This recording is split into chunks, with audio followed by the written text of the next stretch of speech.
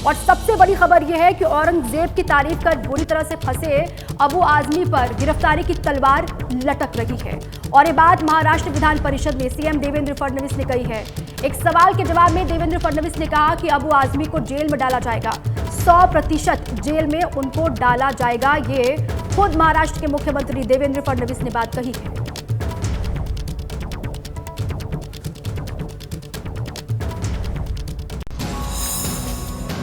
औरंगजेब कोण होता त्याच्याविषयी जर अबू आझमी बोलत असेल तर त्याच्यावर कारवाई झाली पाहिजे। अबू आझमीवर कारवाई झाली पाहिजे।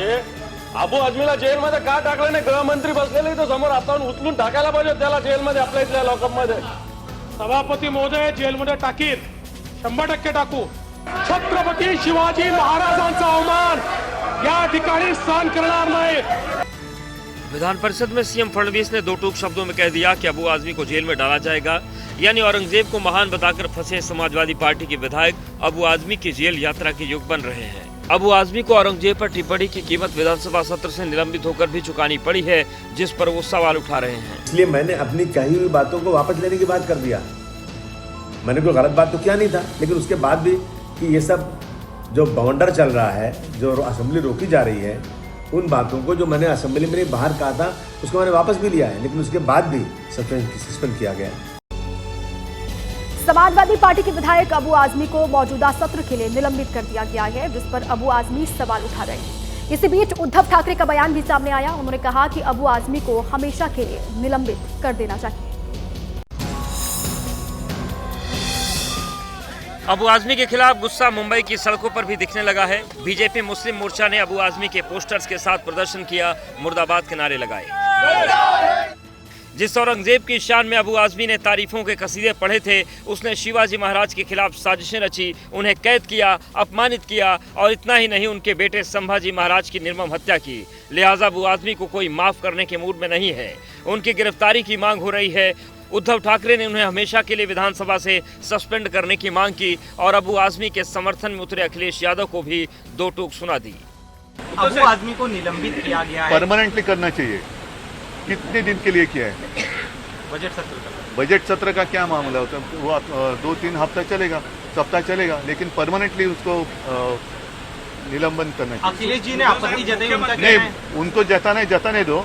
हम पूरे महाराष्ट्र ने उनके खिलाफ आपत्ति जताई है और अगर वो चाहते तो वहां से उनका क्यों कर लाए। औरंगजेब को लेकर महाराष्ट्र में महाभारत लगातार जारी है और इस बीच पूरा विवाद जो है वो यूपी भी पहुंच चुका है। इस रिपोर्ट में आप देखिए यूपी में किस तरह से इस मुद्दे पर राजनीति कर रही है। औरंगजेब का मुद्दा मुंबई से निकलकर करीब 1500 किलोमीटर दूर लखनऊ पहुंच चुका है। सीएम योगी ने औरंगजेब के बहाने समाजवादी पार्टी पर सवाल खड़े कर दिए। घोषणा करो ना, उस कमबख्त को निकालो पार्टी से और उसको एक बार यूपी भेज दीजिए, बाकी उपचार हम अपने आप करवा लेंगे। जो व्यक्ति छत्रपति शिवाजी महाराज की परंपरा पर गौरव की अनुभूति करने की बजाय लज्जा महसूस कर रहा हो और औरंगजेब को अपना नायक मान रहा हो, क्या उसको भारत के अंदर रहने का अधिकार होना चाहिए क्या? योगी ने जब प्रहार किया तो समाजवादी पार्टी की ओर से खुद अखिलेश ने मोर्चा संभाला। अखिलेश ने पोस्ट किया, कुछ लोग अगर सोचते हैं कि निलंबन से सच की जुबान पर कोई लगाम लगा सकता है तो ये फिर उनकी नकारात्मक सोच का बचपना है। यूपी अपने गरीबों को उपचार कर नहीं पा रहा। अभी अस्पतालों में उपचार लोगों को हो नहीं रहा। पता नहीं कब वक्त बदले, कब कौन किसको ठीक कर दे। समाजवादी पार्टी योगी के निशाने पर है, लेकिन अखिलेश यादव अबू आजमी के साथ खड़े हैं। यही वजह है कि विवाद के बीच उन्होंने अबू आजमी के पास अपने भाई धर्मेंद्र यादव को भेजा है। औरंगजेब को लेकर राजनीति चुनावी राज्य बिहार में भी गर्म है। बिहार में भी औरंगजेब को एक नेता ने जालिम नहीं बल्कि अच्छा शासक बता दिया। औरंगजेब की शान में कसीदे पढ़ने वाले नेताजी जो हैं वो नीतीश की पार्टी के हैं, जिन्होंने औरंगजेब को महान बताकर बिहार में भी सियासी घमासान छेड़ दिया है। औरंगजेब को लेकर महाराष्ट्र की राजनीति में उठा सियासी बवंडर यूपी के रास्ते बिहार पहुंच गया है। जेडीयू के एमएलसी खालिद अनवर ने औरंगजेब को अच्छा शासक बता दिया है। औरंगजेब एक जालिम हुक्मरान था, तो हो सकता है उनकी आइडियोलॉजी जो लोग ये बात कह रहे हैं, लेकिन जो हिस्टोरियंस हैं वो सब तो यही बात कहते हैं कि जितना बड़ा जालिम आप साबित करना चाहते हो उतने बड़े औरंगजेब जालिम नहीं। औरंगजेब की तारीफ करने के लिए ओवैसी की पार्टी के नेता भी कूद पड़े हैं। क्या औरंगजेब की खबर को भी खोद कर लोग फेंक देंगे? औरंगजेब रहमतुल्लाह अलैह ने इस देश की जो सेवा की है, क्या उसको इतिहास के पन्नों से मिटा पाएंगे? खंड खंड में बटे हुए भारत को अगर किसी ने महान भारत बनाने का काम किया है तो उसने औरंगजेब ने किया है। औरंगजेब के समर्थन में बयानबाजी पर बीजेपी ने ऐतराज जताया, कहा और इतिहास पढ़ने की जरूरत है। अगर बिहार में कोई लोग उनके पक्ष में बोलते हैं, हम समझते हैं कि उनको इतिहास पढ़ने की आवश्यकता है। अगर वो पक्ष में बोलते हैं तो कहीं न कहीं देश के खिलाफ बोलते हैं। जिस तरीके से औरंगजेब को लेकर बिहार में राजनीति गर्म है, संभव है कि चुनावी माहौल में ये बवाल यहाँ भी बढ़ सकता है। औरंगजेब पर चल रहे विवाद के बीच महाराष्ट्र के मुख्यमंत्री देवेंद्र फडणवीस छावा फिल्म देखने के लिए पहुंचे और मुख्यमंत्री के साथ मंत्रिमंडल के सहयोगी और विधायक भी पहुंचे। औरंगजेब की तारीफ में बयान को लेकर बवाल के बीच महाराष्ट्र के मुख्यमंत्री फिल्म छावा देखने पहुंचे। मंत्री अदिति तटकरे ने महाराष्ट्र के विधायकों और विधान पार्षदों के लिए स्क्रीनिंग रखी। फडणवीस ने कहा कि इतिहासकारों ने छत्रपति संभाजी के साथ अन्याय किया, लेकिन फिल्म ने उनकी शौर्य गाथा जन जन तक पहुंचाई है।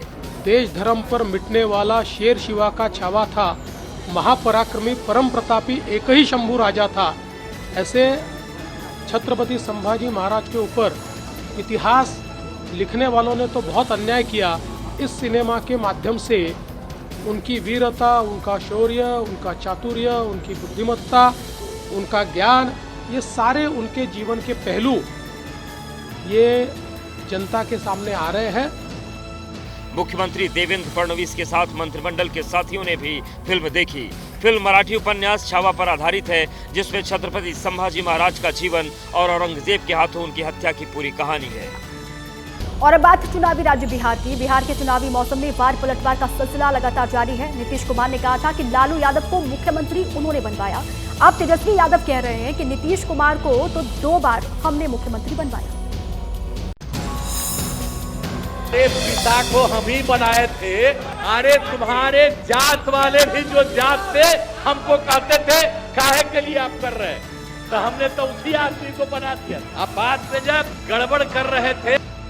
बिहार विधानसभा में नीतीश के इसी बयान को लेकर अब तेजस्वी ने पलटवार किया है। तेजस्वी का कहना है कि नीतीश कुमार को तो 2 बार मुख्यमंत्री हमने बनाया है। किसने किसको मुख्यमंत्री बनाया, इसको लेकर विवाद के बीच पोस्टर वार भी जारी है। नीतीश की पार्टी भ्रष्टाचार के मुद्दे पर तेजस्वी के परिवार को घेर रही है। वहीं आरजेडी कह रही है कि युवाओं के दौर में युवा नेता ही चाहिए। तेजस्वी ने नीतीश कुमार जी को 2 बार बिहार का मुख्यमंत्री बनाया। नीतीश से पहले ही हमारे पिता 2 बार एमएलए और 1 बार एमपी पहले ही बन चुके थे।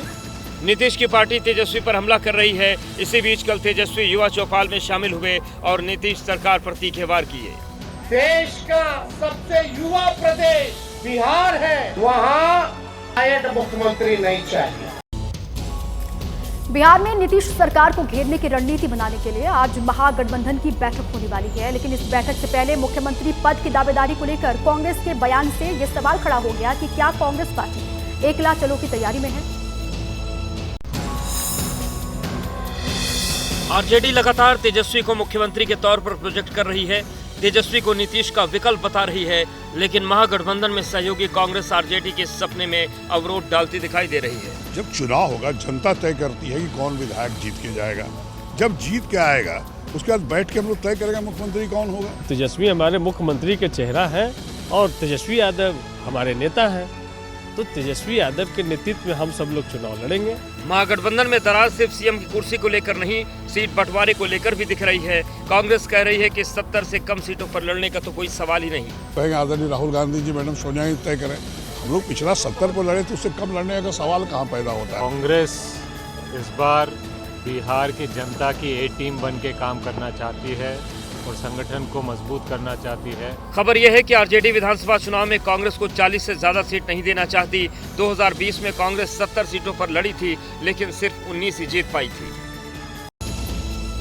दिल्ली में चुनाव के दौरान प्रदूषित यमुना को लेकर खूब राजनीति हुई। अब बिहार में चुनाव होने वाले हैं और बिहार में गंगा में प्रदूषण को लेकर राजनीति करते हैं। आरजेडी एनडीए की सरकार से सवाल पूछ रही है कि आखिर गंगा का पानी साफ क्यों नहीं। बिहार विधानसभा में आरजेडी विधायक मुकेश यादव गंगा जल की शीशी लेकर पहुंचे और नीतीश सरकार पर बरसे। हम पानी भी लाए हैं गंगा जल का और इसकी जांच करवा ली है, विधानसभा की कमेटी से जांच किया, क्योंकि पटना में अनेकों बड़े नाले सीधे गंगा नदी को प्रदूषित कर। आरजेडी ने नीतीश सरकार को उसी की रिपोर्ट पर घेरा। बीएसपीसीबी ने प्रदेश में 33 जगह गंगा के पानी के सैंपल लिए थे। इसमें हर जगह गंगा में फीकल कॉलीफॉर्म बैक्टीरिया तय मानक से ज्यादा मिला। रिपोर्ट ये है कि गंगा में सीवेज का पानी बेरोक टोक जा रहा है। गंगा का पानी सिंचाई के योग्य तो है, लेकिन नहाने लायक बिल्कुल नहीं है। सदन में मुद्दा उठा तो मंत्री ने सीवेज ट्रीटमेंट प्लांट की डिटेल दी, लेकिन डेडलाइन पर बोले कि ये लंबा काम है, वक्त तो लगता ही है। सीवेज ट्रीटमेंट प्लांट 32 बनने हैं, रातों रात सीवेज ट्रीटमेंट प्लांट नहीं बन सकता है। निश्चित तौर पर गंगा जल की शुद्धता में निरंतर सुधार होगा। जवाब से विपक्ष संतुष्ट नहीं हुआ। संकेत दिए गए कि गंगा के प्रदूषण का मुद्दा वो छोड़ेगा नहीं, बल्कि चुनाव तक सरकार का पीछा करेगा। अगर कश्मीर के एक हिस्से से पाकिस्तान का अवैध कब्जा खत्म हो जाएगा, तो भारत में वापस आ जाएगा, तब कश्मीर का मसला पूरी तरह हल हो जाएगा। लंदन में एक चर्चा के दौरान विदेश मंत्री एस जयशंकर ने ये बड़ा बयान दिया है। We are waiting for is the return of the stolen part of Kashmir, which is on the under illegal Pakistani occupation. When that's done, I assure you, Kashmir solved. पाक अधिकृत कश्मीर भारत में वापस आते ही कश्मीर का मसला ही हल हो जाएगा। जैसे ही भारत के विदेश मंत्री ने लंदन में बातचीत के दौरान ये बात कही, तालियां बज उठी। विदेश मंत्री ने वो काम भी गिनाए जो कश्मीर में अमन, शांति और विकास के लिए किए गए हैं। इसी कार्यक्रम में चीन से रिश्ते को लेकर भी विदेश मंत्री ने बयान दिया। विदेश मंत्री ने कहा कि बेहतर रिश्ते इस बात पर निर्भर रहते हैं कि सीमा पर हालात शांतिपूर्ण हैं या नहीं। We have done, I think, a good job solving most of it. I think removing Article 370 was one step, number one. Then restoring growth and economic activity and social justice in Kashmir was step number 2. Holding elections, which were done with a very high turnout, was step number 3.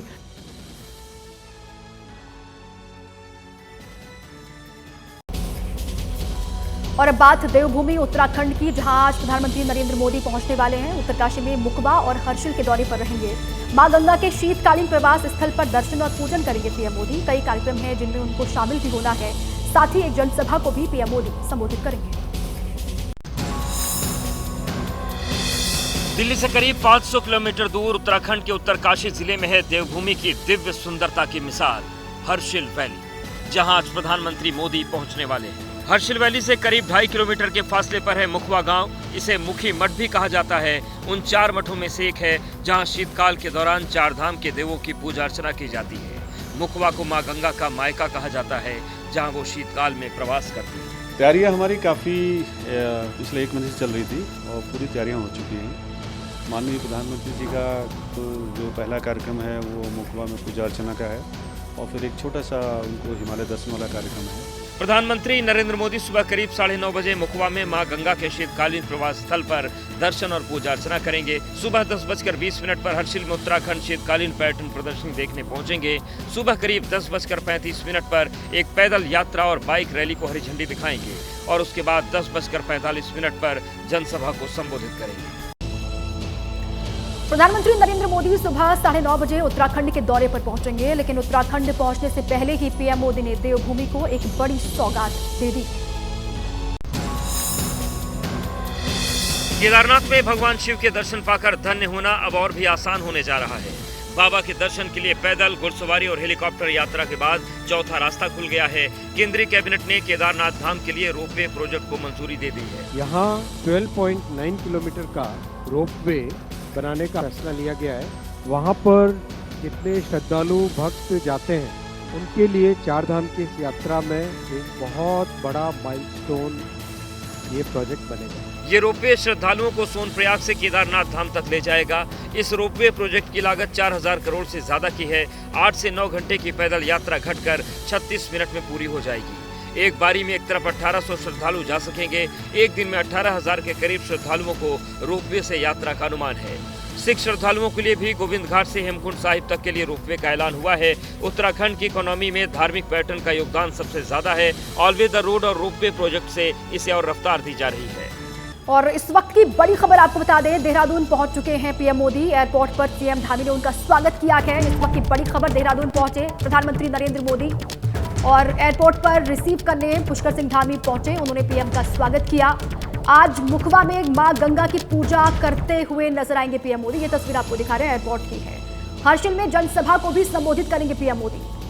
आज एक दिवसीय दौरा है PM Modi का उत्तराखंड का, उत्तरकाशी जाने वाले हैं और देहरादून एयरपोर्ट पर जब पहुंचे, ये उसी वक्त की एक्सक्लूसिव तस्वीर आपको हम दिखा रहे हैं जहां पर उत्तराखंड के मुख्यमंत्री पुष्कर सिंह धामी ने पीएम मोदी को रिसीव किया, उनका वेलकम किया, स्वागत किया। ये उसी वक्त की तस्वीर है। और आज मुखवा में मां गंगा की पूजा करेंगे पीएम मोदी, एक जनसभा को भी संबोधित करते हुए दिखाई देंगे और कई कार्यक्रम हैं जिनमें पीएम मोदी को शामिल होना है। एक बाइक रैली को भी हरी झंडी दिखाकर रवाना करेंगे पीएम मोदी। इसके अलावा वहां पर जो स्थानीय उत्पाद हैं, उनके जो प्रदर्शनी वहां पर लगाई गई है, उसका भी अवलोकन करेंगे। ये देहरादून पहुंचे पीएम मोदी, पहली तस्वीर आपको हम दिखा रहे हैं। मुखवा में मां गंगा का पूजन अर्चन करते हुए दिखाई देंगे। हर्षिल पूरी तरीके से तैयार है, पीएम का इंतजार वहां पर किया जा रहा है। 9:30 बजे का वक्त है जब हर्षिल पहुंच जाएंगे पीएम मोदी। उससे पहले जब देहरादून पहुंचे, ये उसी वक्त की तस्वीर आपको पहले हम दिखा रहे हैं। पीएम मोदी का ये दौरा उत्तरकाशी का बेहद अहम है, बेहद खास है और सिर्फ ये एक यात्रा नहीं बल्कि कई संभावनाओं वाला ये दौरा है पीएम मोदी का उत्तरकाशी के लिए। शीतकालीन प्रवास स्थल मां गंगा का 9:30 बजे मुखवा पहुंचेंगे पीएम मोदी और 10:20 पर हर्षिल पहुंचेंगे। उत्तराखंड शीतकालीन पर्यटन प्रदर्शनी वहां पर जो लगाई गई है उसका अवलोकन करेंगे। 10:35 पर हर्षिल पहुंचेंगे। यहां पर पैदल यात्रा, बाइक रैली जो है उसको हरी झंडी दिखाएंगे। 10:45 पर जनसभा को संबोधित करते हुए पीएम मोदी आपको नजर आएंगे। देहरादून पीएम मोदी पहुंच चुके हैं। उनका पूरा जो कार्यक्रम है हर्षिल में, उत्तरकाशी में, वो आपको हम दिखा रहे हैं। एक जनसभा उनकी होनी है हर्षिल में, उसको 10:45 पर संबोधित करते हुए पीएम मोदी दिखाई देंगे।